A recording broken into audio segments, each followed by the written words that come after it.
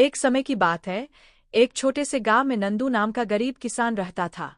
वह बहुत ईमानदार और परिश्रमी था, परंतु उसकी गरीबी कभी कम नहीं होती थी। रोज मेहनत करता, पर घर में अन्न का एक दाना भी कभी कभी मुश्किल से मिलता। एक दिन गांव में शिव चर्चा, शिव कथा का आयोजन हुआ। सब गांव वाले वहां पहुंचे, कुछ पूजा करने, कुछ कथा सुनने और कुछ केवल दिखावे के लिए। नंदू के पास चराने को कुछ नहीं था, लेकिन वह बोला, मेरा तो सब कुछ भगवान शंकर का है, मैं तो बस उनकी कथा सुनने आया हूँ। वह खाली हाथ मगर सच्चे मन से शिव का नाम जपता हुआ वहां बैठ गया। कथा में पंडित जी बोले, जो सच्चे मन से भोलेनाथ की भक्ति करेगा, उसका जीवन स्वयं भगवान संवार देंगे। रात को जब नंदू सोया, तो उसे स्वप्न में स्वयं भगवान शिव प्रकट हुए।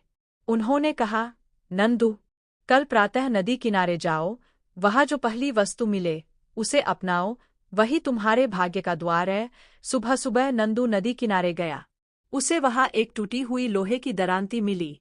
वर बोला, भोलेनाथ, यही मेरा भाग्य है। लेकिन उसने उसे उठा लिया और खेत में काम करने लगा। अचानक उसकी दरांती मिट्टी में किसी चमकीली वस्तु से टकराई। उसने खोदकर देखा तो वह सोने का घड़ा था। वह रो पड़ा, भोलेनाथ, मैं तो केवल आपकी चर्चा सुनने आया था, आपने तो मेरा जीवन ही बदल दिया। उस दिन से नंदू ने अपनी हर कमाई का एक हिस्सा शिव चर्चा के लिए, गरीबों की सेवा और मंदिर निर्माण में लगाना शुरू किया। और धीरे धीरे उसका गांव भी समृद्ध होने लगा। कथा का संदेश, शिव की भक्ति केवल फूल और प्रसाद से नहीं, सच्चे मन से होती है। जो श्रद्धा से शिव का नाम लेता है, उस पर स्वयं महादेव की कृपा बरसती है।